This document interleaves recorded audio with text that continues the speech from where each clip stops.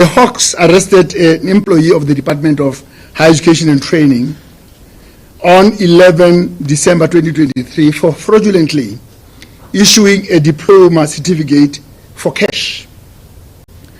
All the suspects have been charged and will appear in court during this month of January 2024. Police investigations are ongoing, and Umalusi will continue to work closely with the law enforcement agencies in whatever way possible to ensure that the scammers or fraudsters are made to face the full might of the law. Umalusi would like to reassure the members of the public that its certificates have robust safeguards to protect the authenticity and credibility. Let me make it crystal clear that the mandate of Umalusi is to issue authentic certificates to qualifying candidates. Umalusi has got no business with fake certificates. Fake certificates, colleagues, are issued by scammers or fraudsters who are not employees of Umalusi. We advise all employers, both in the public and private sectors, to consider verifying their current and future employees' qualifications through the verification agencies whose contact details are available on the website of Umalusi, www.umalusi.org.za. On the landing page, you simply click on the certification and verification icon. Returning to the business of today, on 13 October 2023, we declared publicly that the public and private assessment bodies were ready to conduct, administer, and manage the 2023 end-of-year national examinations. We gave a full account with reasoning in terms of how Umalusi arrived at the overall conclusion that the system was ready. We are here today, as I've said already, to make a pronouncement on the outcome of Umalusi's quality assurance processes for the 2023 national examination results of both the public and private assessment bodies. The pronouncement is based on the outcomes of the quality assurance processes that Umalusi conducted during the examination writing and marking processes between October and December 2023. Umalusi draws its mandate in relation to quality assurance of exit level national examinations from the General and Further Education and Training Quality Assurance Act 58 of 2001 as amended in 2008.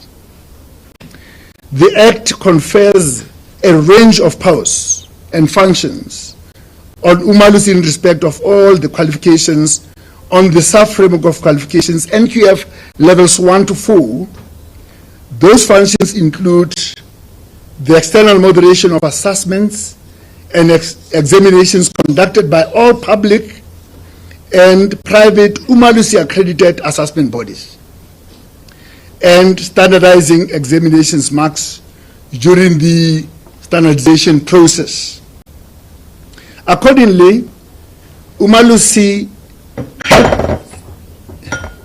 my apologies for that.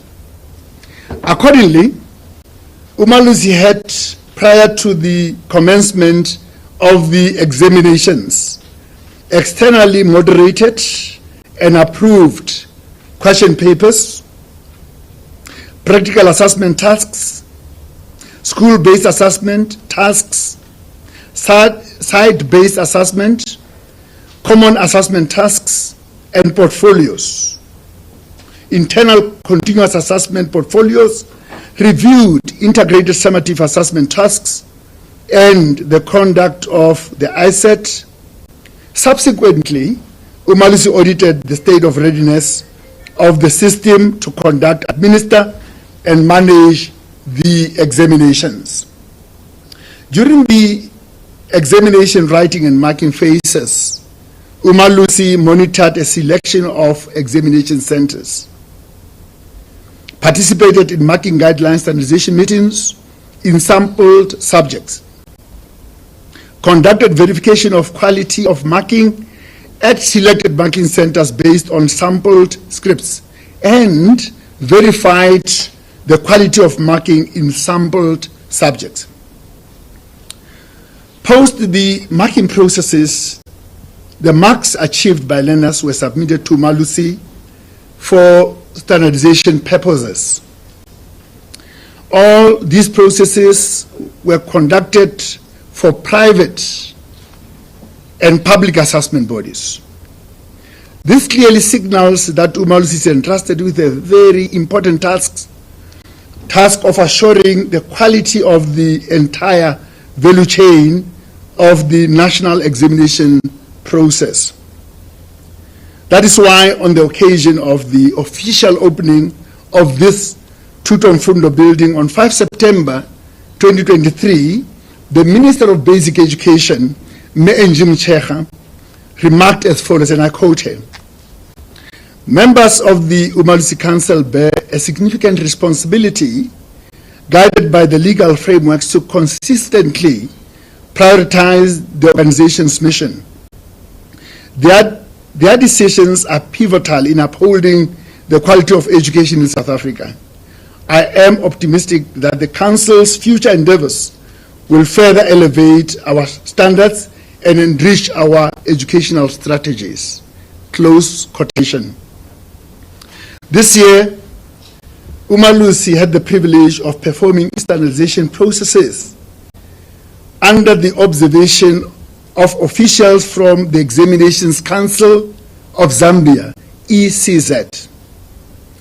The colleagues from ECZ spent the whole week observing carefully how Umalusi conducts its standardization process relative to their approach, which is called grading. In their system, they talk about grading. Their attendance of our meetings affirmed Umalusi's publicly stated position that standardization processes are open to the scrutiny of peers on the continent and across the world.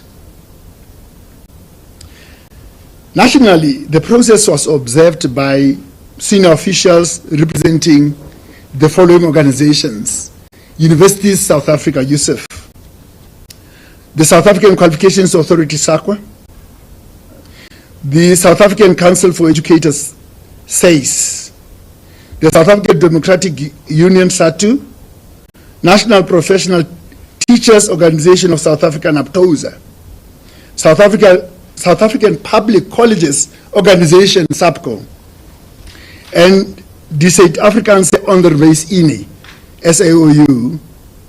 For Umalusi, the attendance of standardization meetings by observers from different stakeholder organizations gives credibility to the process. Regrettably, other stakeholders such as the National Teachers Union, NATU, was inadvertently omitted from these important national processes. We apologize for the omission and will ensure the correction of this in future. The foregoing quality assurance processes were conducted to serve the best interest of over 1,150,000 candidates. Of that number, the NSC accounts for nearly 920,000 candidates, or 80%. The remaining 20% of the candidates are distributed across the NCV levels 2 to 4, NATED N2 to N3, and DHET examinations. The specifics will be given by Professor Balim in the approval statement. During the State of Readiness media briefing, Umalusi did highlight load shedding, community protests, and cheating as some of the factors that posed a risk to the smooth running of the examinations.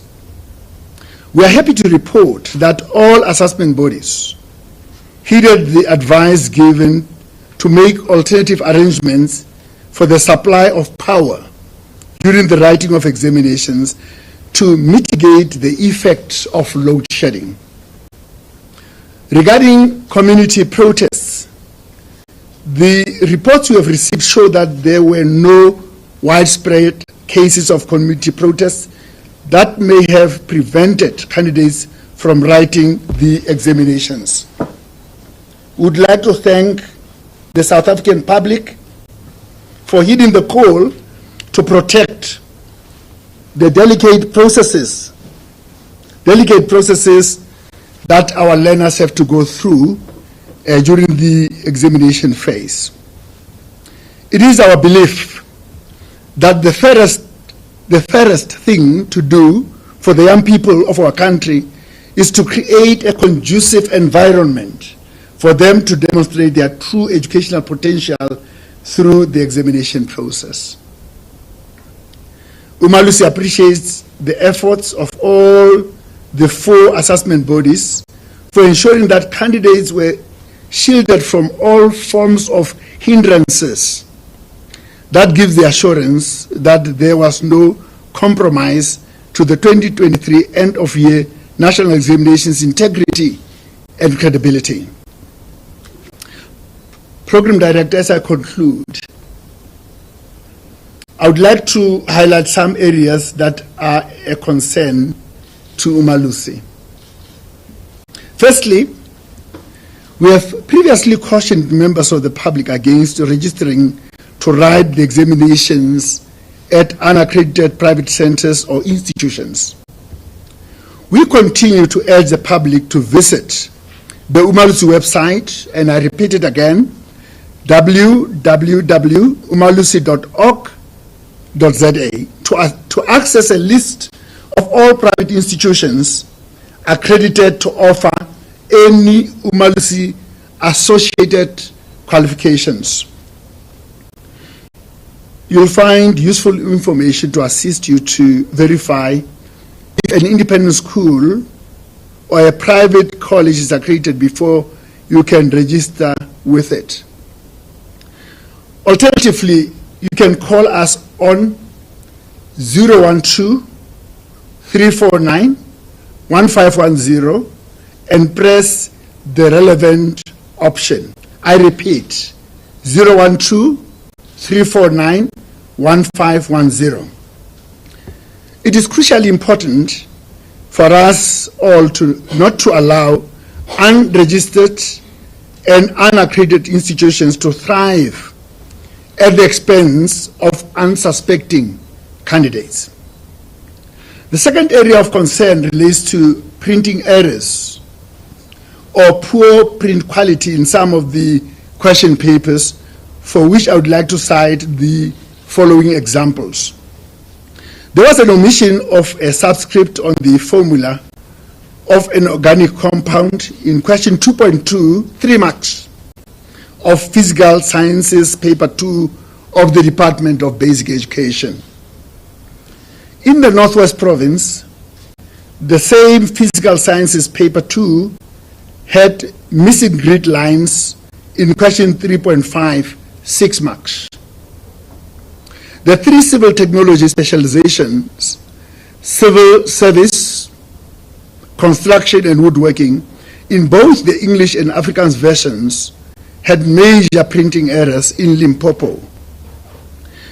The poor print quality in the civil services specialization affected questions worth 60 marks in the English version and 62 marks in the Afrikaans version.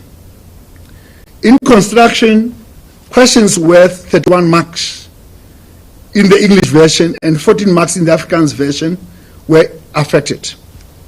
The marks affected in the woodworking specialization were 22 and 26 for English and Afrikaans, respectively.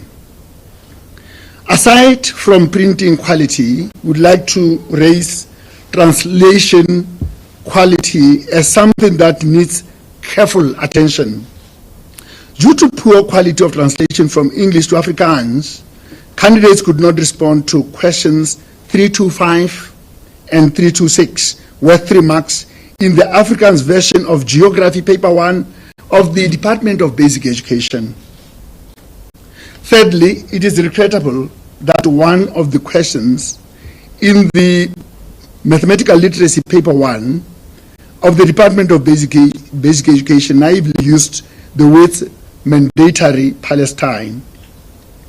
This was caused by the examiners and moderators being unaware of the political connotations of the words.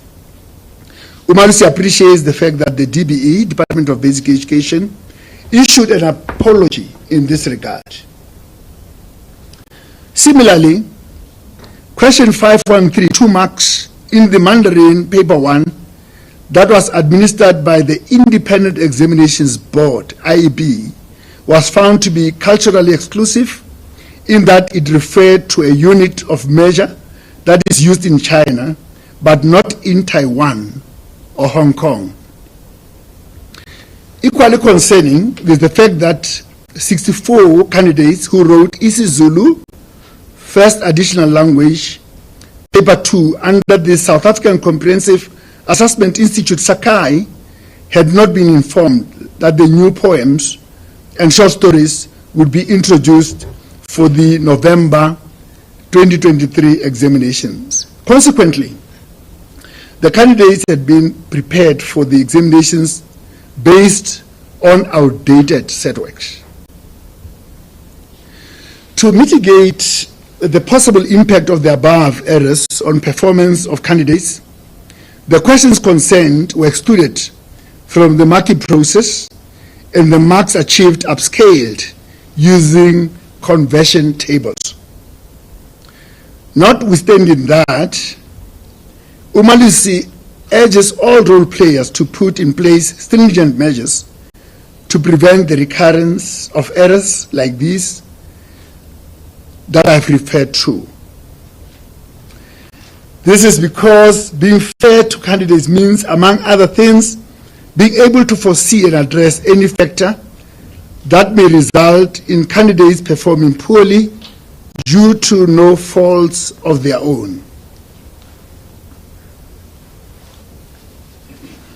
Umalusi is concerned about previous cases of irregularities that remain unresolved to date. We urge the assessment bodies concerned to give this matter the agency that it deserves. Whilst there may be a reduction in the number of reported cases of group copying, Umalusi is seriously concerned about the group copying cases that have been detected by the DBE in 2023, which involves 945 National Senior Certificate candidates. These cases are not yet resolved because the numbers are still being verified. Of the total 763 cases, which is 80.7%, were detected in KwaZulu-Natal, and 164 cases, which constitute 17.7%, were detected in Mpumalanga. Professor Balim will explain in the approval statement how cases of this nature are dealt with. Umalusi is extremely encouraged by the fact that there were no detected cases of paper leakages. No papers were leaked in these examinations. And we say the examinations have therefore not been compromised in terms of their credibility and integrity. We are very grateful to all role players for tightening up the entire value chain, including the work done by the State Security Agency in relation to the places where question papers were printed, packaged, and stored. Ladies and gentlemen, I thank you. Thanks for listening to me. Thank you very much. Thank you. Thank you very much, CEO. We will now move on to the approval statement, which will be read by Professor Yunus Balim. Over to you, Prof. Thank you very much, Ndiki, and thank you to the CEO for that initial statement. I want to, Sorry. I guess they'll all hear me. Should I move? Thank you. They say I should move them. Okay. Sorry, Prof. Maybe easier if I moved. Or move the mics. Yeah. Thank you. Excellent. And this one goes like this. Yeah, thanks. All okay? Everybody happy? Okay. Thank you. So, good morning, everyone, and may I acknowledge the CEO of Umalusi, Dr. Mafura Kometsi, Umalusi senior management and staff, the representatives of the examining authorities in the room, members of the media, ladies and gentlemen. The Genfetco Act that Dr. Rakometsi referred to earlier assigns to Umalusi a range of powers and functions, including approval of the publication of the results of learners if the council, that is the Umalusi Council, is satisfied that the assessment body or the education institution has conducted the assessment free from any irregularity that may jeopardize the integrity of the assessment outcomes, has complied with the requirements prescribed by the council for conducting assessments, has applied the standards prescribed by the council with which a learner is required to comply in order to obtain a certificate, and has complied with every other condition determined by the council.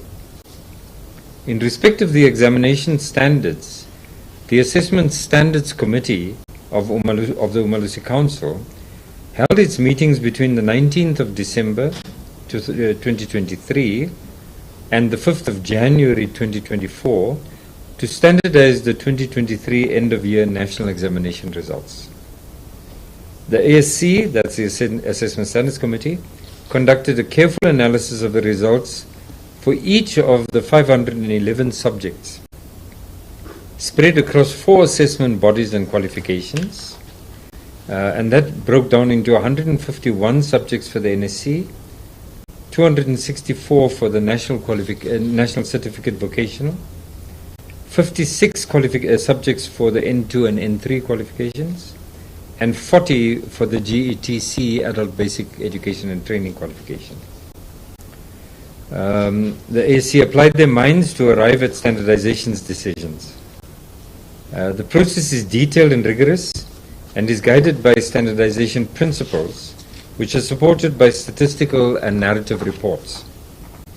The standardization principles are a matter of public knowledge, and I will not speak to their detail. If anyone is interested in the standardization principles, please approach Umalusi to request a copy. The final standardization decisions were presented for consideration of the Executive Committee of the Umalusi Council during its meetings held on the 9th and 12th of January 2024 to approve the release of the results. The standardization and approval processes are conducted to safeguard the integrity and credibility of all the results presented. I will now present the approval decisions of Exco of Council for each of the assessment bodies. I will start with the results for the South African Comprehensive Assessment Institute, Sakai, move on to the Independent Examinations Board, the IEB, followed by the Department of Education and Training, and then conclude with the results of the Department of Basic Education. Ladies and gentlemen, the statements I'm reading are fairly detailed, and I'm sorry that I'm going to be a little bit pedantic, but I have to go through this process. The Sakai, starting with Sakai, Sakai is one of the 2 private assessment bodies accredited by Umalusi.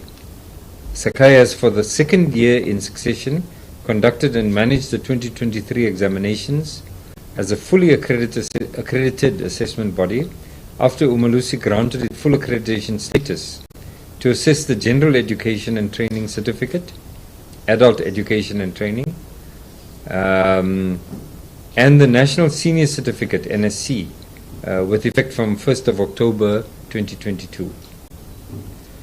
So starting with the GETC ABET standardization decisions, the Sakai administered the examinations to 257 candidates at 26 examination centers. This represents a decrease of 117 candidates, or 31.3% from last year's total of 374 candidates. Concerning standardization decisions, all the learning areas had their results accepted as raw results. This was also the case in 2022. I will make a point about accepting raw results a little later.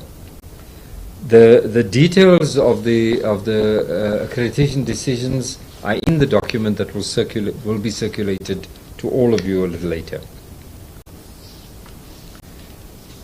Can I then turn to the approval statement for the release of the GETC ABET results from Sakai? And this is as it reads: having studied all the evidence presented, the Executive Committee of Umalusi Council concluded that the examinations were administered largely in accordance with the South African Comprehensive Assessment Institute policy for GETC ABET external examinations. There were no systemic irregularities reported that might have compromised the overall credibility and integrity of the November 2023 General Education and Training Certificate, Adult Basic Education and Training examinations administered by the South African Comprehensive Assessment Institute. EXCO of Council approves the release of the Sakai November 2023 GETC ABET examination results. In respect of identified irregularities, the Sakai is required to nullify the results of the candidates implicated in irregularities. Umalusi emphasizes the importance of submitting data sets for standardization and resulting within the stipulated timeframes. The Sakai is required to address the directives for compliance and improvement highlighted in the Quality Assurance of Assessment report and to submit the improvement plan by the 15th of March 2024. EXCO of Council commends the Sakai for conducting a successful examination. Turning now to the National Senior Certificate Standardization for Sakai, the Sakai administered the NSC examinations in 25 subjects to 5,826 candidates at 103 examination centers. Compared to 2022, Sakai saw a candidate increase of 874 or 17.7% in 2023. After considering all the evidence available at the time of standardization of the results, the ASC arrived at the following decisions. Raw marks were accepted for 14 subjects, or 56% of the group. Results in 7 subjects were adjusted mainly upwards, and the results in the remaining 4 subjects were adjusted mainly downwards.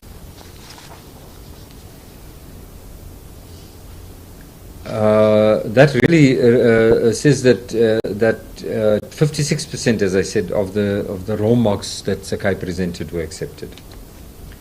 Moving from 2022 to 2023, there were no significant changes in the directions of adjustment made to Sakai examinations. Since some stakeholders may be interested to know the actual standardization decisions per subject, you will find in the document that was given to you a tabulation of the standardization decisions for each of the specific subjects, whether the raw mark was accepted, whether the adjustment was mainly upward, or whether the adjustment was mainly downward.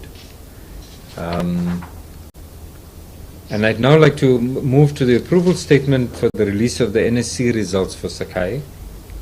It reads as follows: having studied all the evidence presented, EXCO of Council concluded that the examinations were administered largely in accordance with the regulations pertaining to the conduct, administration and management of the National Senior Certificate examinations.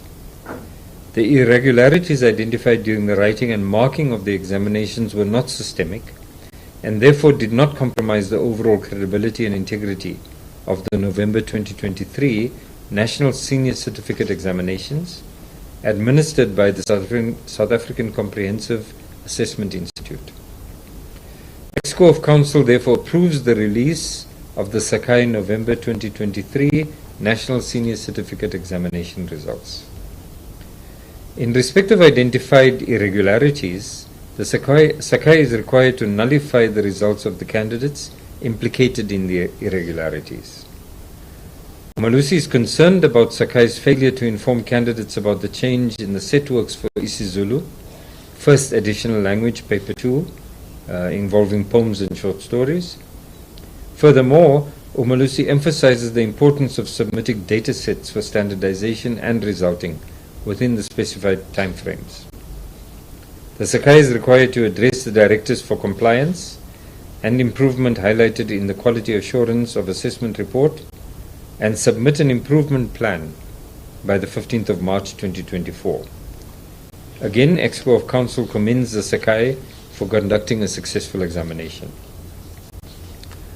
I turn now to the standardization and approval decisions for the Independent Examinations Board, and starting with the GETC ABET standardization decisions for the IEB. The IEB's 2023 GETC ABET examinations were written by 585 candidates at 70 examination centers. This represents an increase of 25.3% or 118 candidates from last year's 467 who wrote at 58 centers. The results of the 7 learning areas were standardized as follows. Raw marks were accepted for 4 of the learning areas. Mainly upward adjustments were made in 1 of the learning areas, and mainly downward adjustments were made in 1 of the learning areas, and mainly upward adjustments were made in 2 of the learning areas. Again, the details are on the sheet that you will receive. I turn to the approval statement for the release of GETC ABET results from IEB. Having studied all the evidence presented, Exco of Council concluded that the examinations were administered largely in accordance with the IEB policy on the conduct, administration and management of examinations. There were no irregularities reported that might have compromised the overall credibility and integrity of the November 2023 GETC ABET examinations administered by the IEB.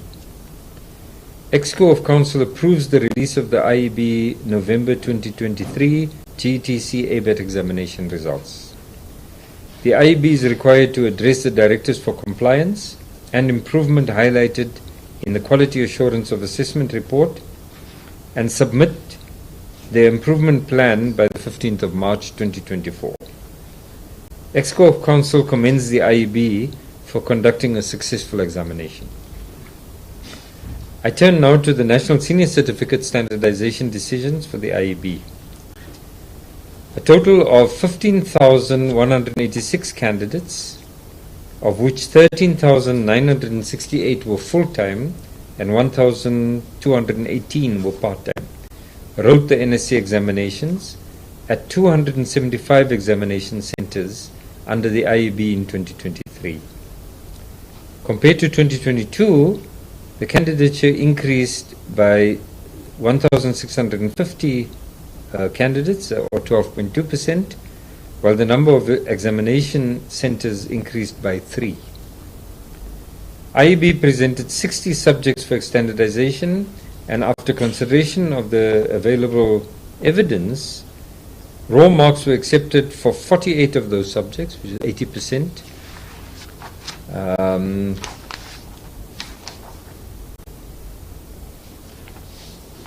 Mainly upward adjustments were made in 12 subjects, that is 20%, and no subject was adjusted downwards. There are 2 noteworthy points from the figures that you will see when you get the document. The first is that for the first time since 2019, no subject was adjusted downwards. That's an important moment. The second point is that the number of subjects for which raw marks were accepted has been steadily increasing since 2021. And again, the detail of each of the 60 subjects will be available for you in the document that you will receive. If I can then read the approval statement for the release of the NSC results for the IEB. Having studied all the evidence presented, Exco of Council concluded that the examinations were administered largely in accordance with the regulations pertaining to the conduct, administration, and management of the National Senior Certificate Examinations. The irregularities identified during the writing and marking of the examinations were not systemic and therefore did not compromise the overall credibility and integrity of the November 2023 National Senior Certificate Examinations administered by the Independent Examinations Board. EXCO of Council approves the release of the IEB November 2023 National Senior Certificate Examination results. In respect of the identified irregularities, the IEB is required to nullify the results of candidates implicated in irregularities. The IEB is required to address the directives for compliance and improvement highlighted in the Quality Assurance of Assessment report and to submit an improvement plan by the 15th of March 2024. EXCO of Council commends the IEB for conducting a successful examination. I now turn to the standardization and approval decisions for the DHET.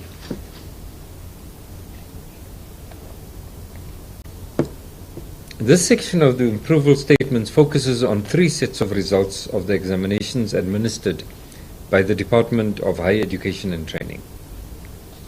These are the General Education and Training Certificate, Adult Basic Education and Training, National Certificate Vocational, or what is called the NCV, levels 2 to level 4,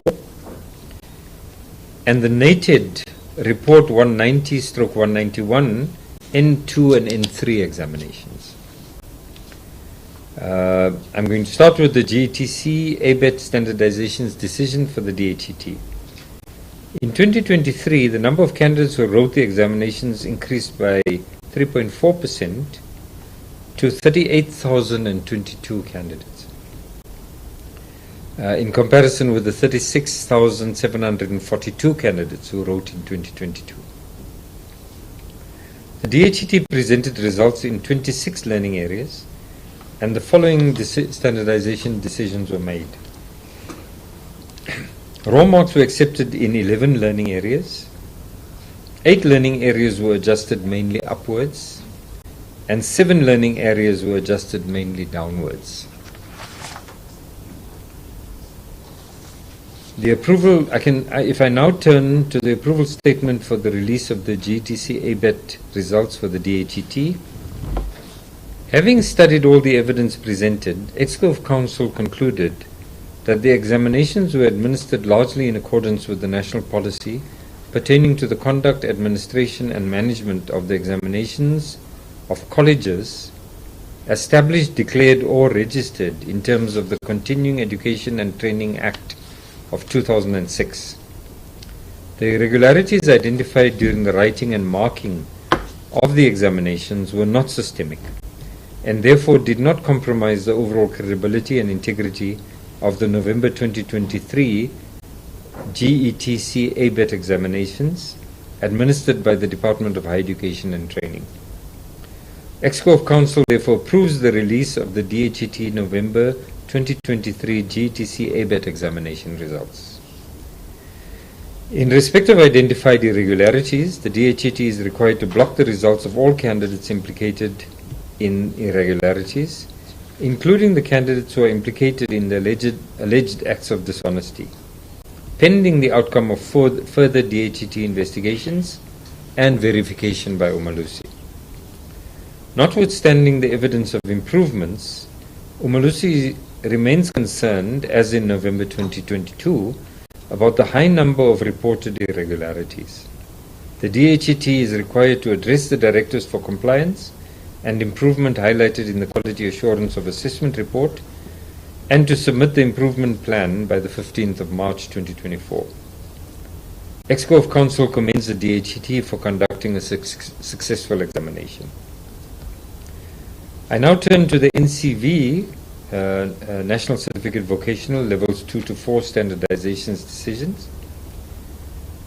The 2023 NCV Levels 2 to 4 examinations were written at 255 examination centers by 133,718 candidates compared to the 164,898 candidates that were registered to write the examinations.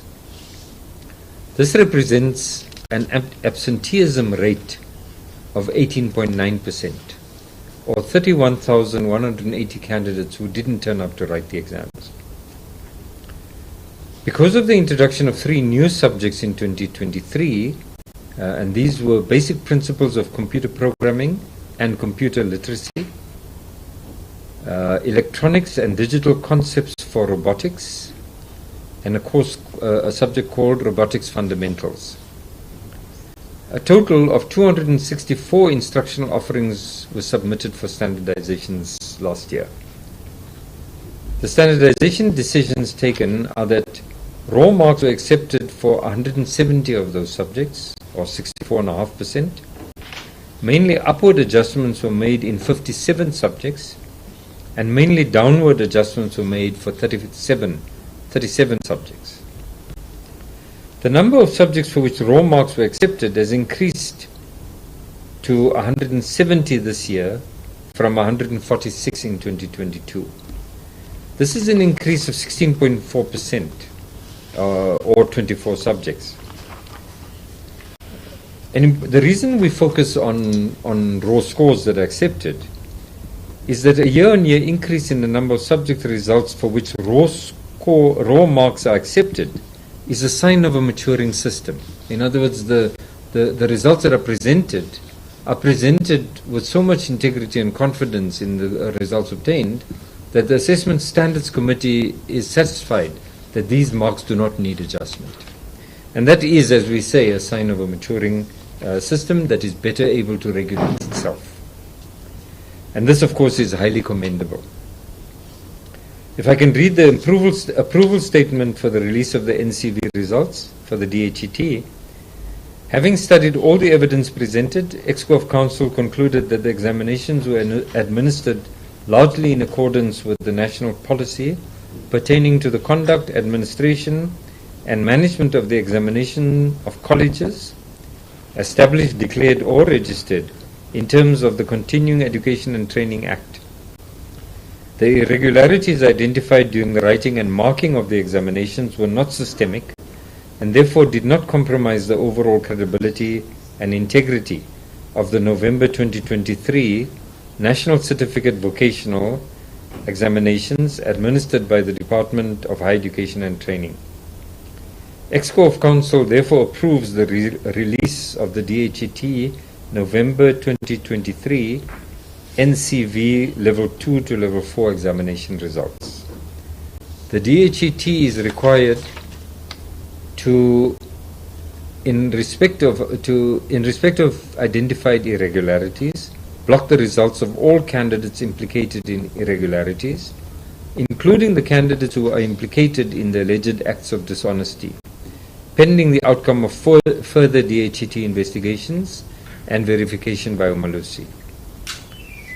To block the results of candidates and centers that fail to comply with the ICAS and ISAT requirements, pending the outcomes of further investigations by the DHET and verification by Umalusi.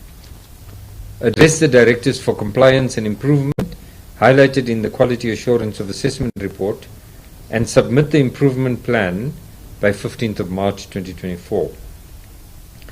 ExCo Council commends the DHET for conducting a successful examination and recommends that the DHET takes the necessary step to ensure the continued integrity of the National Certificate Vocational Qualification. If I now turn to the N2 and N3 standardization decisions for the DHET, and I want to use this opportunity to remind the public that in terms of the Government Gazette signed by the Minister of Higher Education and Training on the 25th of August 2023, the last opportunity for registering for the NATED Report 191 N1 to N3 programs was the 31st of December 2023. As from the 1st of January 2024, the N1 and N3 programs have entered a phase-out period. The details of this phase-out process are available from the Department of Higher Education and Training if anybody is interested. This year's N2, N3 examinations were written by 58,190 candidates, 31,332 for the N2, and 26,858 for the N3. This was written at 429 examination centers. Considering that 68,916 candidates were enrolled,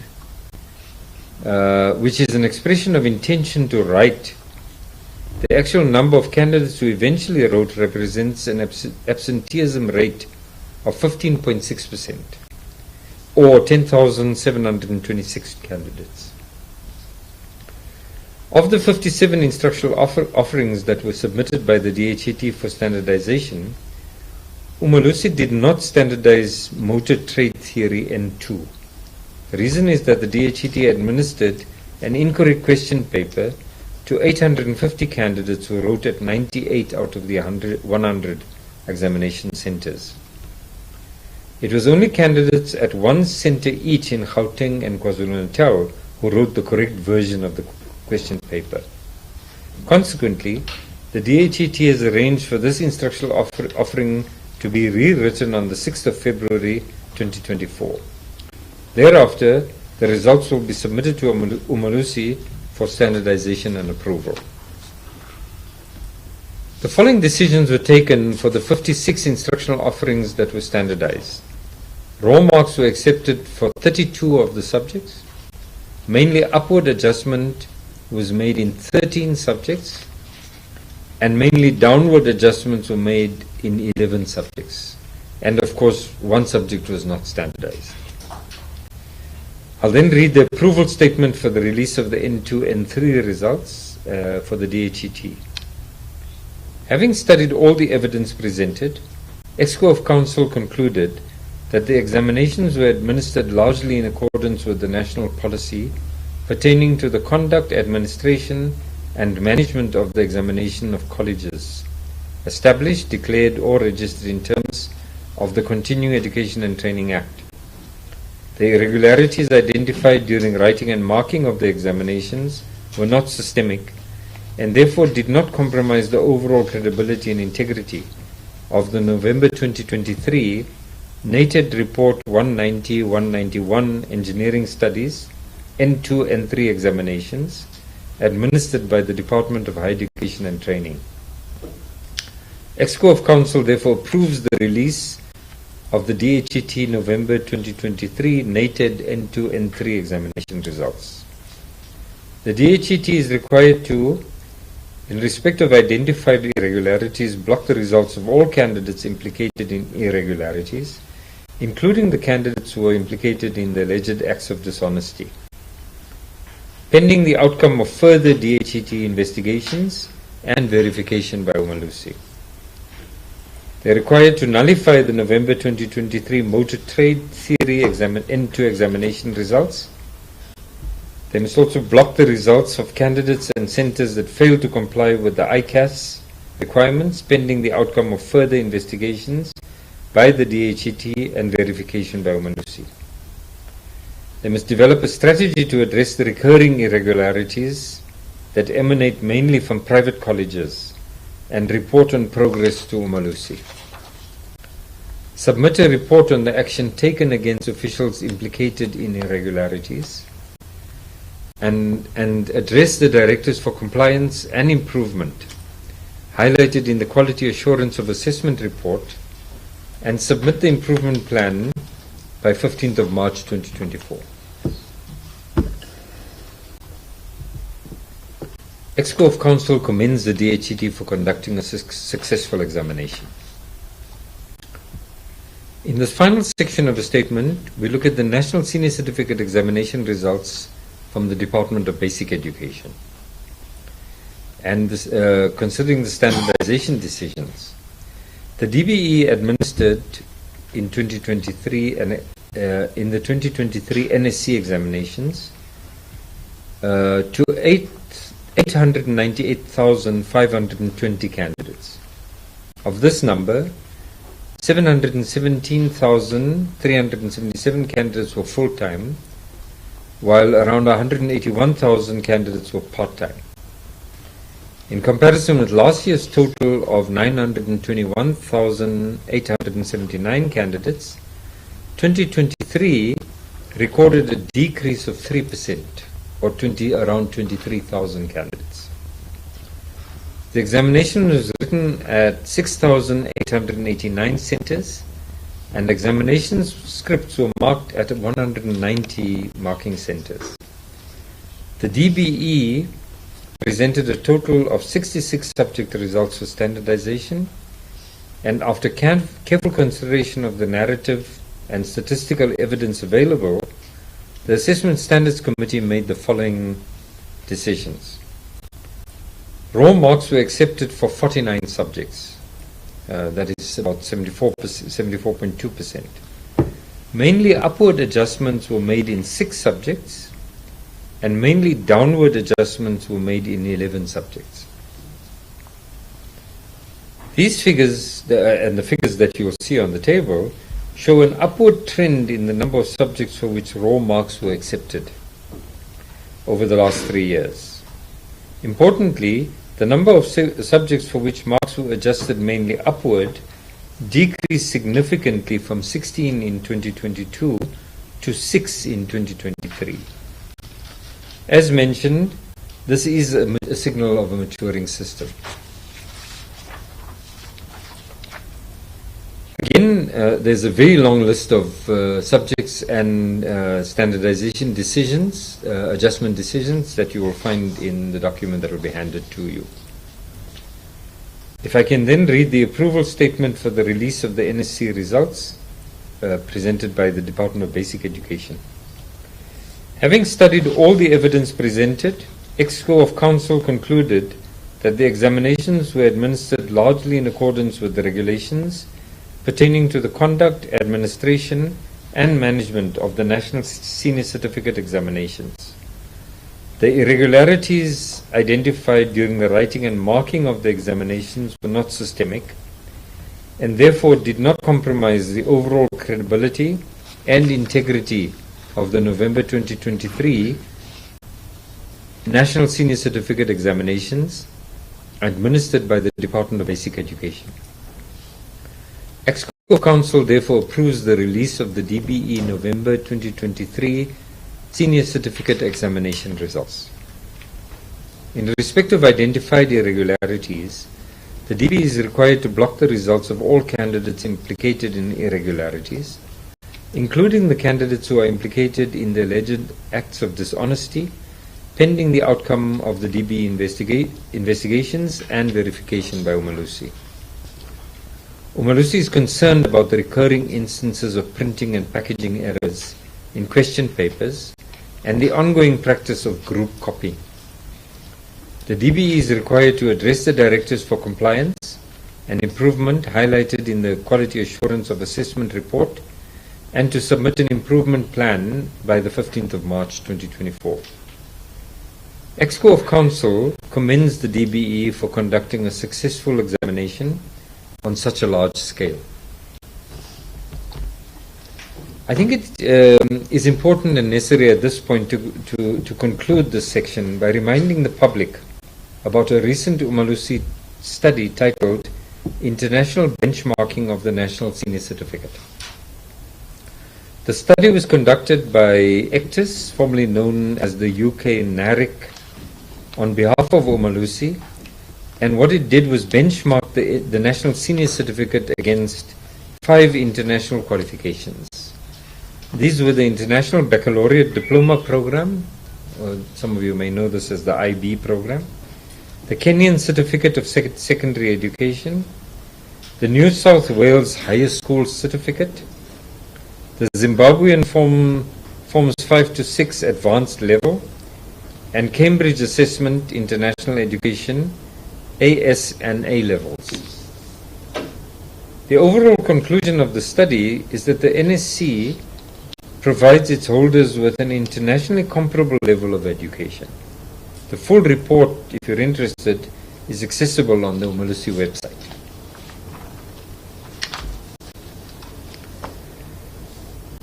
turn then to the overall picture of 2023 end-of-year examinations. Based on the foregoing information, the overall picture for 2023 end-of-year national examination is that the examinations were written by 1,150,304 candidates, with the NSE candidates contributing 80% towards that total. The finer details are of course provided in the table which you will find in your document. And this presents the qualifications offered by the DBE, the DHET, IEB and Sakai, together with the number of candidates in each group. Of the 510 subjects resulted that were presented for standardization, raw marks were accepted in 335 of those. That's 66% of the subjects. Generally, upward adjustments were made in 84 or 16%, and generally downward adjustments were made in 91 or 18% of the subjects resulted. Umalusi has noted specific issues that require attention of the relevant assessment bodies. Whereas these issues will be included in the assessment body's specific composite reports, it is worth mentioning that a high absenteeism rate has once again been noted in some of the subjects associated with the GETC examinations. Similarly, this qualification continues to record a high failure rate. This raises the question about the levels of support that candidates find in their learning and examination preparation experiences. In conclusion then, Umalusi congratulates all the assessment bodies for successfully conducting and managing the 2023 end-of-year examinations. As evidenced by the numbers presented, the examination system is large and complex. It's not an easy task to ensure that each one of the over 1.15 million candidates across the length and breadth of South Africa receives the correct examination paper at the right time and in the correct venue. That individual scripts are collected and marked, that marks are verified and then transferred onto the computer system and submitted to Umalusi for standardization purposes. That standardization's decisions are implemented on the system and that learners are resulted in a timely manner. All this done with proper attention to the integrity of the process. This is certainly most deserving of our commendation. I wish to thank all the members of the Assessment Standards Committee under the chairpersonship of Professor Loyiso Jita and his deputy, Professor Mabokang Monapule Mapisela, who worked tirelessly to ensure delivery of credible outcomes. This committee of 15 members, constituted by some of the finest minds drawn from various universities and research institutes in South Africa, is always willing to sacrifice valuable time during the festive season to ensure the best outcome for the South African learners.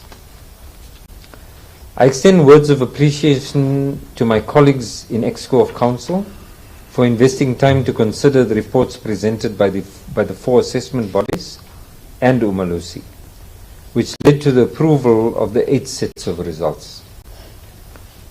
I also thank the CEO of Umalusi, Dr. Rakometse, his management team, and staff for the excellent work that they do behind the scenes. The CEO and his team work tirelessly and under extreme time pressure to deliver the best for the country. Their commitment has ensured that South Africa's education system is anchored in quality, credibility, and integrity. Umalusi congratulates all the learners who have succeeded in 2023 examinations.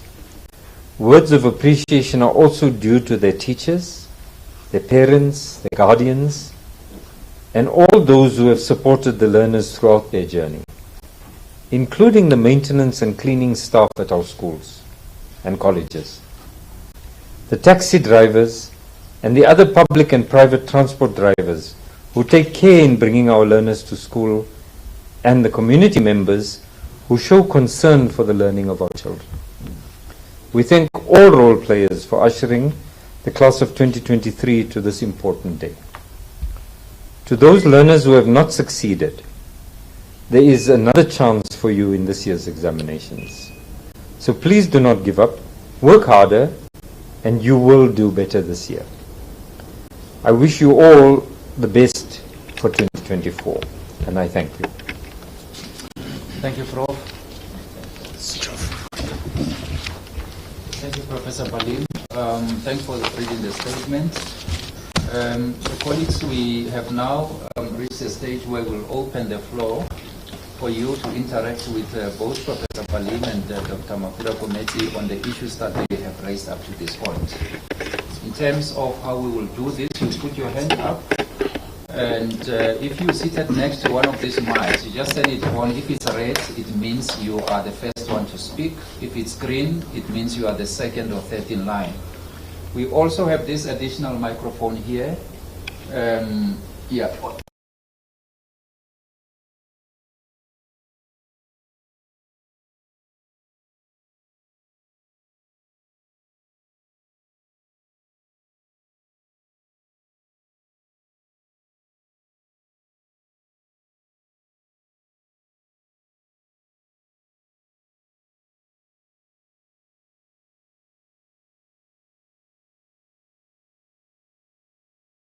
Will be open for the members of the media, and if there are issues, we can take them after this, between Umalusi and the colleagues from assessment bodies. They must introduce themselves in the media houses. Yes, and then before you speak, you just tell us who you are and which media house you represent. There was a first hand over there.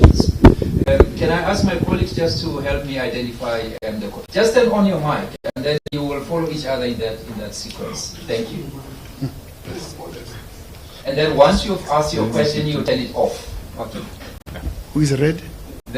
Whoever is red is the first one to speak. Yes. Yes. I'm relatively challenged, so you can't see me from behind the hall. Okay. But anyway, thank you. My name is Ilongi from SABC TV News. Thanks so much for the presentation, Dr. Mahmoud, as well as Professor Yunus. I just have questions of clarity. First, two questions of clarity. Professor Yunus, I know you said this 2 or 3 times, but I'm still struggling to get the number of candidates. How many candidates were there? I know it's 1 million something, but after the 1 million, the number just gets jumbled. So if you can just get clarity on that. Reading it is more difficult. Yeah. Reading it is more difficult. It's more difficult. Thank you, I appreciate that. Maybe can I just interrupt? Can I ask the colleagues to distribute the statements to their colleagues, because the numbers are clarified in the statements. Thank you. But I'll give you the broad number. The broad number, thank you, that would be very appreciated. And then, as well, to clarify and summarize, you've approved basically the private and the public sector with certain concerns that you highlighted. You've broken it down very well, thank you very much. But could you just sort of summarize it so we can get a really nice soundbite, right? Okay. And then, this may or may not be material, but if you hadn't approved 1 or 2 of the bodies that presented, what may happen? You've approved all of them, that's great, so there's no problem. But if you hadn't approved, what then would have been the next steps? Those are the 2 clarity questions. Regarding the issues about the errors in the question papers, right? Please educate me, correct me where I'm misunderstanding. But is it not Umalusi's job to make sure that those errors themselves are fixed and eliminated pre, during, and post the exam periods? I mean, it's fine that you will after the fact raise the issues, but in October you said you were ready. But it does seem disingenuous if you're saying you're ready and you're highlighting issues after the fact. Thank you very much. I don't know how to switch the thing off. Just press the button. Yeah. Thank you. I'll be Ramdila from ENCA. Firstly, you mentioned the 11 arrests by South African Police Service for people selling and the buying of fake matric certificates. Could you maybe indicate how long these people have been operating, and if you have an idea of just how many fraudulent matric certificates they've sold? Secondly, you also mentioned the unaccredited institutions. Just wondering what's going to happen then to those learners that enrolled and wrote their matric examination through those unaccredited institutions, and maybe why isn't anything done about these? I mean, they do operate in buildings, I'm assuming, they are there in person? Why isn't anything law enforcement authorities, taking better charge in that? Also, Dr. Mafu, you mentioned unresolved matters. I'm not sure what you were alluding to. Could you maybe expand on those unresolved matters that you touched on? Thank you. Thank you. Who's next? Okay, maybe let's take this as the first round. Okay. In which case we'll ask Dr. Balim and Dr. Rakometse to respond, then we'll return to the questions. Thank you. Can I ask that mics be turned off? Then, yeah, we'll return to you. We'll get to you. Thank you. I guess I'll take the first set of questions, and the questions from the ENCA colleague will be dealt with by Dr. Rakometse. The numbers question. So the National Senior Certificate was written by, I'm going to give it to you in thousands, okay, 919,000 candidates, of which 898 came from the Department of Basic Education. The rest were from the IB and Sakai. And I guess that's the big number, okay? The other qualifications, the NCV, the N2, N3, the GTC, when added to the 919,000, gives 1.15 million candidates in total. Does that make sense? Yes. Okay. Your question about succinctly, I'm not sure that I can succinctly capture the statements. I mean, I think the point is that the four examining authorities subjected or issued examinations to candidates. The process was not without problems. Okay, there are errors of omission and of commission that will happen in a system as large as that. It is probably unrealistic to expect that if you're administering exams to 1.1 million students around the country, that it will go completely without error. So we do expect some of that error to occur. What is important is that Umalusi wants to know about it. That's an important point. Also, we've determined that given the nature of the errors and irregularities, they were not of a systemic nature to warrant non-release of the exams, of the examinations. That's really the point. I guess that captures the statement. Your question about what if not approved. Indeed, there is one exam that was not approved, and that was the matric theory. So in that case, the irregularity was so large that the Assessment Standards Committee felt it was not capable of standardizing these examination results because clearly there was an irregularity that was too large. And of course, in this case, as I mentioned, the examining authority, the DHET, has decided to ask students to reset that exam. And that will happen in February, and we will correct the process. For the rest of the examinations, the ASC found that there were no systemic errors and that we could in fact arrive at conclusions. This is an important point because what we are not making a statement about today is whether or not students have passed. The rules of progress, the rules of to satisfy the qualification, etc., that is in the domain of the examining authorities. And that process is yet to unfold this week, I expect. What we've decided or made pronouncements on are the individual subjects that the examining authorities administer. Your point about errors in papers, I think the question needs to be answered in the negative, but your question is useful because it makes an illustrative point. As Quality Counsel, Umalusi's task is to ensure that the examining authorities follow the correct processes. The detail of errors in the exam papers is not for Umalusi's consideration. So Umalusi will ask, did you have an external examiner? Did you have a second person look at this paper? Did you go through the process? In some cases, Umalusi may look at samples of exam papers. But this is not Umalusi saying that we pronounce correctness of all the exam papers. Okay? That's an important point. The second thing is, there's a number of slips between the cup and the lip. After the exam paper is approved, a lot of the errors we find are subsequent errors. So, for example, the printing errors. You take the correct exam paper, you send it to the printer, and a subscript is dropped, or part of the diagram is dropped, or somebody forgot that the exam question requires that the diagram be in color, because the questions refers to the red blocks, but you print the paper in black and white. And so those are the sorts of slips that we've been concerned about.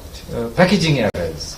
One exam question paper ending up in the wrong package, and a student turning an exam paper and saying, but this is not the exam I came here to write, etc. So these are the sorts of errors that happen after papers are approved. And as I say, Umalusi is not the primary custodian of correctness of exam papers.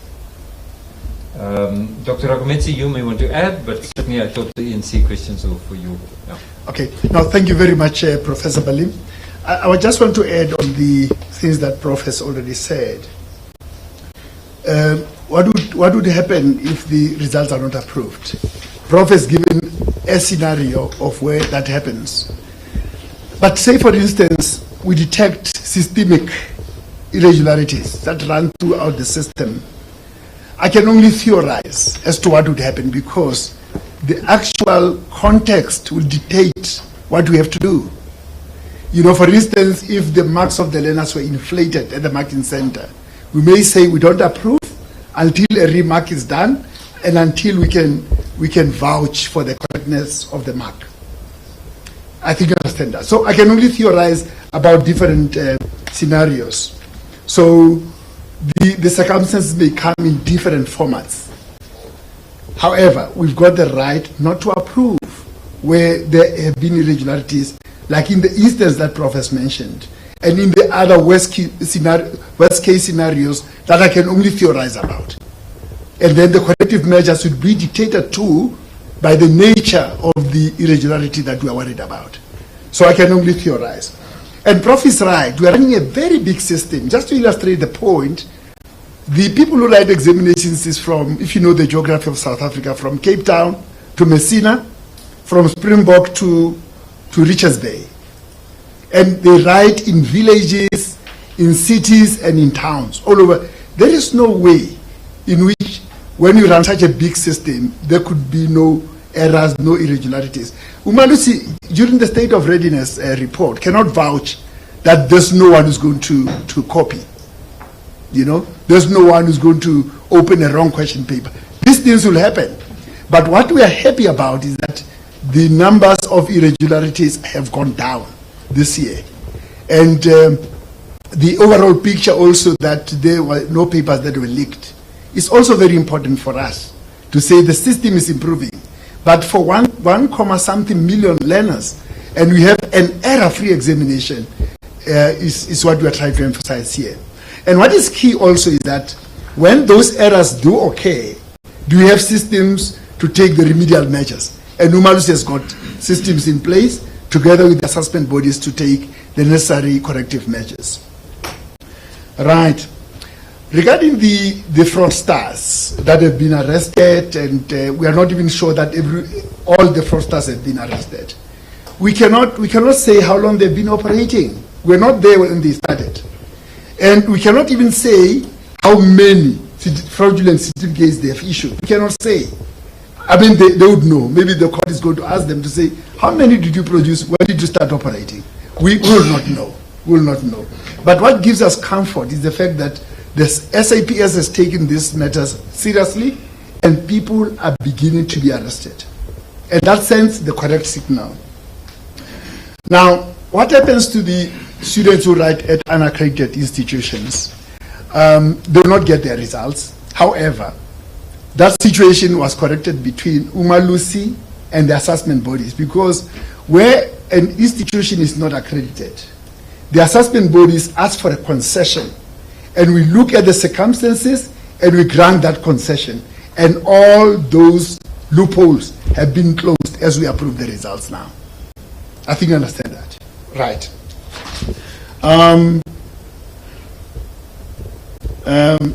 Unresolved matters that I mentioned. There are learners who have been found to be in groups of learners who were doing group copying or any other irregularity. They are unresolved matters because further investigations have to be conducted. Which investigations may clear some students say, no, but this one is not guilty. He or she must get her results. And the investigations will confirm that indeed this candidate was involved in this kind of scam or chicanery. Therefore, he or she cannot get her results. That's why I said we've got unresolved issues. That is why those students' results, as Prof has indicated, will be blocked until the investigations are concluded. Thank you very much, Mr. Potter. Thank you, CEO. Let's open the floor for the second round. You can just turn your mics on, and if you are ready, you're the first one to go. Okay. All right. Dadel Sohota from Kaya 959. CEO, just in terms of before, when you announced the state of readiness, you had outlined your engagements with ESCOM in terms of assisting learners to be able to prepare and study. And I mean that judgment that we saw on the 1st of December declaring load shedding unconstitutional came after. So in terms of your sense as Umalusi in regards to the effects of load shedding, perhaps not so much during the exams, because as the Minister Angel had outlined, when learners write, they don't necessarily need electricity then, but in the preparedness, and I guess going back to your state of readiness before, do you have a sense of what the negative impact might have been, and does it in any way inform the decision now that actually results are ready to be released? Thank you. Next one. Good day, everyone. My name is Zinzi from the SABC. Thank you again, Dr. Mafu and Prof. Yunus, for your presentation and answers. Actually, most of my questions were answered in the first round, but I just want clarity on what qualifies as systematic irregularities or errors. And also, I just want to find out about the DHT, the concerns you had about the absenteeism there. Do you know what were the causes for this? Thank you. Is there a third mic? No? Okay. Let's allow the panelists then to respond. Can I, Prof? You go ahead. Okay. Yeah, no, Kateho, the correct statement is that the Department of Basic Education spoke to ESCOM, not Umalusi. We're just reporting what the department has done and the commitment of the department, of ESCOM to the department. I need to indicate that from the evidence that we have, load shedding has not impacted negatively on these examinations. Maybe because the load shedding has not been as regular as previously, and also that if you go to the different exam centers, you'll find that the schools have procured generators. I've visited a few centers where that is the case, and the principals will indicate that they've either bought or rented generators for the exams. So as things stand, we are happy that load shedding has not been disruptive with these examinations, and we are ready, therefore, to approve the results. I might have missed the tail end of your question, but the Prof will take care of that. See, on what we mean by systemic irregularities, It is when irregularities have affected the whole system. A compromised question paper that was leaked before the exam was written, people inflating marks when they are marking, just to make the learners look good. That is systemic. It's system-wide. That is why we'll then have to take remedial measures to say this is systemic, and depending on the circumstances, we may decide to say they rewrite, or we may put systems in place to remedy the situation such that the results remain authentic. So systemic, it means it runs system-wide, the irregularity, and we don't have evidence of systemic irregularities with these examinations. Hence, Professor Balim has, across the different assessment bodies, approved the release of the results, with a few results of some learners where the investigations are still pending, blocked until further notice. Thank you. Ketelo, your question related to learner preparation in addition to examination conditions. And of course it goes to in some ways to the point, the question that Zinzi raised about systemic errors or systemic effects, if I could use it that. So for example, one of the things we really kept an eye on was for the effect of COVID. Did we see patterns of performance during the COVID years? In some cases, yes, we did. Did we see patterns of effects of load shedding? No, we didn't.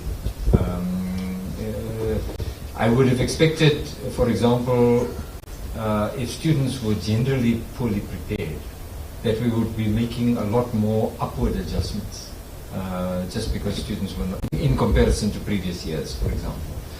We didn't, it was not obvious, and we didn't see any of that.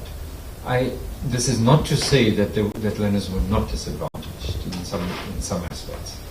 And it may well require further, more detailed assessment and investigation. These are not optimal conditions under which students study. Are they the biggest impact? We're not sure. That's really the point, I guess. Yeah. So some of the other, in all of these range of possible impacts, load shedding is one of them, and we can't tell how its impact, relative impact. Which brings me to this point about DHET absenteeism, or the absenteeism in the DHET examinations. The reason we're so focused on this is that adult basic education and training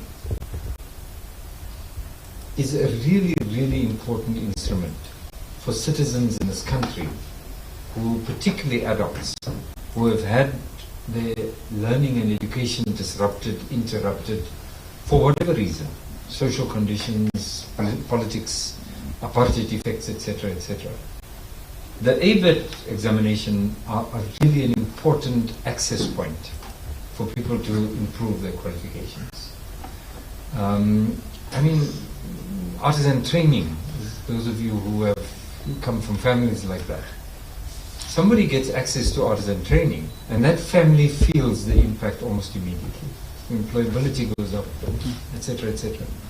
And so for us, the ABET examinations represent important sort of transformation moments, not only in individual family lives, but in community lives. And so the high failure rate and the high absenteeism give us cause for concern. There are people who would like to write the exam. The fact that you bother to register for the exam means that you want to. There's something that prevents you from writing that exam. It could be that you're too busy, but then we're also asking questions about, when I decide to do an ABET exam, what kind of support can I expect? What kind of support should I expect?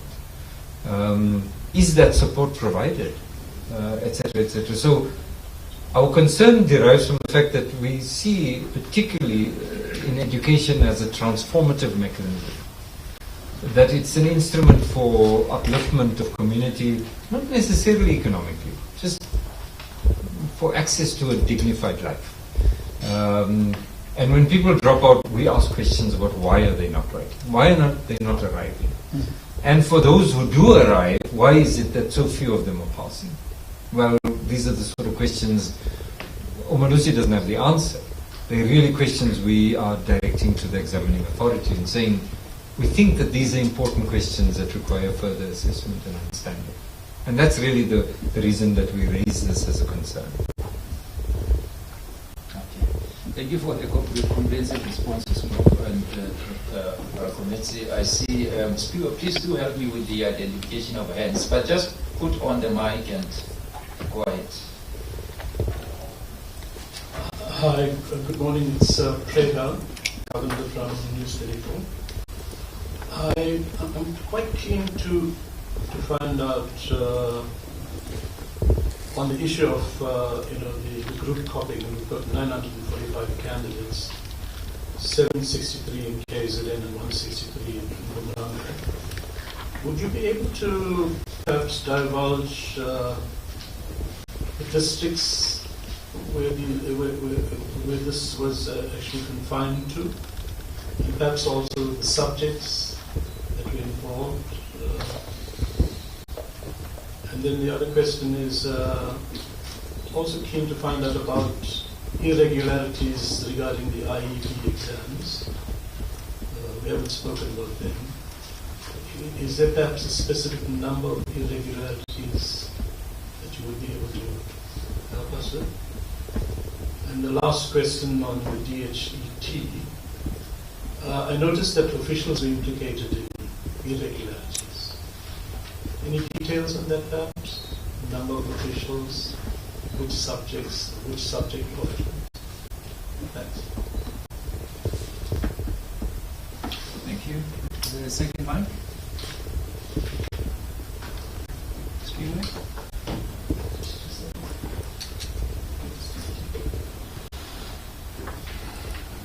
Okay.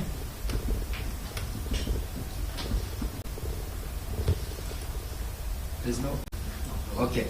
Okay. All right. No. Okay. Thank you very much, Pregat. Yeah, no, the cases of group copying in KZN and Mpumalanga have been reported to us. However, the format in which we receive the reports do not give the specifics regarding the districts and the subject. So that it will be the DBE as an assessment body that will be able to give those specifics. The report served first of all in the National Irregularities Committee of the DBE, and when it is prepared for us, they just give us the numbers, like we have given them to you, to say group copying in these two provinces, and these are the numbers, without specifying the district and the subject. As a result, we are not able to offer that information. The irregularities with the IB are what we presented here. They were very few and negligible. It will be a learner who has forgotten to hand over the cell phone, and then that is detected during the course of the examination. They are negligible, and they are very small indeed in number. That is why when you listened carefully to the statement of Professor Balim, he commended the IB for running a good examination. With the DHET, regarding the officials involved, also we don't have that information, that detail. And I don't remember from a statement saying, which one is that? Is the official implicated in the selling? Oh, it is the one official involved in the selling of certificates, and I said a diploma certificate here. So the details we don't have, we only know it from the report that we got from the DHET and from the media. But as to the name of the official, that one official we do not know. We have to be following the case as it will be panning out in our courts of law. Thank you. Yeah. I guess I should also mention that when I read the approval statements, in the case of IB and Sakai, I said that the statement read that the results of those implicated must be nullified. Whereas in the case of the DHET and DBE, the statement reads that the results must be blocked. And the reason is that IB and Sakai had very few instances. They'd already been investigated, and the students were found wanting who were implicated, and those results will be nullified. In the case of DBE and DHET, investigations are ongoing, and that's the reason. But they really were not, were small You know, there is the student who comes in with crib note and gets caught out, and or a student with a smart watch or something, and when they found out, their results are nullified. Yeah. So and those investigations have been completed. Thank you. Sorry, I also wanted to make a point, perhaps, about the fact that group copying invariably involves staff, invigilator or something. And so investigations include staff members as well. And from previous years, we've in fact had a headmaster dismissed. Yeah, so the department takes this very seriously, and that investigation includes the staff members who may have been complicit in group copying. Thank you. Who wants to come back? Yeah. Just a last one. Just in terms of your announcement that there have been no paper leakages, is this the first time that this has ever happened? And I guess the significance of it. No, I think the last time we saw a paper leak was in 2021. I think I'm right. Huh? So there have been sort of other forms of attempts at chicanery, shall I call it that. There was a case where somebody started a WhatsApp group where after the exam paper was issued, somebody sent text messages of solutions. So again, there was complicit behavior and that sort of thing. But I don't think the system has actually tightened up quite nicely. And let me say, thanks to officials mainly in the DBE, the DBE's response, but also thanks to the security services, both as advisors, to be preventative, but also to be curative in the way in which we deal with it. So I think the system is getting it right. Thank you. Does that conclude? Robert? Okay. Hopefully we will report as accurately as the statements have been presented as I always appeal. So, colleagues, what remains is for us to allow Mr. Sibanda to give the vote of thanks, after which you will all be invited for lunch. Yeah. Good morning, ladies and gentlemen. Thank you, Program Director, Mr. Reporter. As we come to the end of the media briefing, I would like to take the opportunity to thank the following. The Umalusi Council, under the leadership of Professor Balim, for their invaluable guidance and commitment to maintaining the integrity of our education system. Their expertise and oversight ensure that our standards remain robust and in the best interest of the candidates. Thanks to the various committees of Umalusi Council for playing their respective roles in all the processes. I would also like to thank the CEO, Dr. Mafura Kobeti, for steering this process from the start until this point. A special word of appreciation goes to the diligent Umalusi team for working tirelessly and against stringent timelines to get us to this stage. Your commitment to maintaining the highest standards is the bedrock of our success, and we commend you for your unwavering efforts. In alignment with the timeless wisdom of Aristotle, the philosopher, we find resonance in his assertion that, I quote, quality is not an act, it is a habit. I repeat, quality is not an act, it is a habit. Close quote. Throughout the various processes leading up to this stage, an unwavering commitment to quality has been consistently upheld by the Umalusi team. This dedication reflects our adherence to excellence as a habitual practice. We also express our sincere gratitude to all the assessment bodies for their diligent efforts in ensuring the fulfillment of our respective mandates. Excuse me.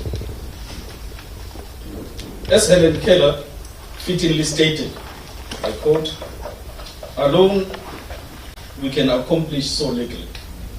Together we can achieve so much." Close quote. Thank you very much to the assessment bodies. A word of appreciation to the representatives of the media houses for covering this briefing. We acknowledge and appreciate your dedication to conveying accurate and timely information. Your role in communicating outcomes of our quality assurance processes to the public is invaluable, and we're grateful for your professionalism. May you all have safe journey back to your respective destination. And as Mr. Reporter has indicated, please join us for finger lunch. I think it's next door. I thank you. Colleagues, thank you, Mr. Sibanda. Thank you very much for the vote of thanks. Thank you very much. Switch on the mic, Vicky. Oh, sorry. Thank you, Mr. Sibanda. Colleagues, I know that there are some who would like to interact with the chairperson and the CEO after this. Please do come speak to me and or Tabise,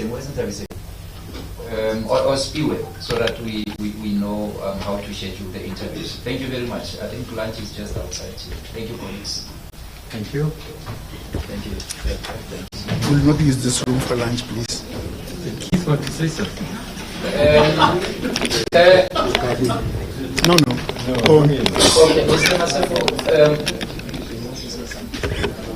no, we don't allow him. okay, Mr. Maseko, let's talk after this. Okay, thank you. Colleagues, the room next door is set up for us to enjoy the lunch. Thank you. Will not use this room for lunch. This one, not for lunch, please. Thank you. It was not clear. I'm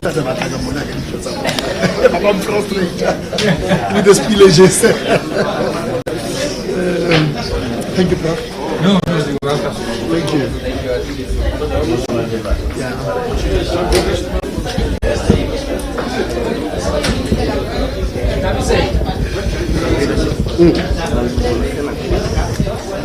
Vicky, I'm rushing to the restroom.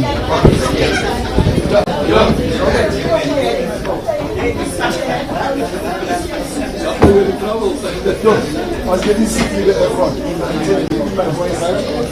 And now,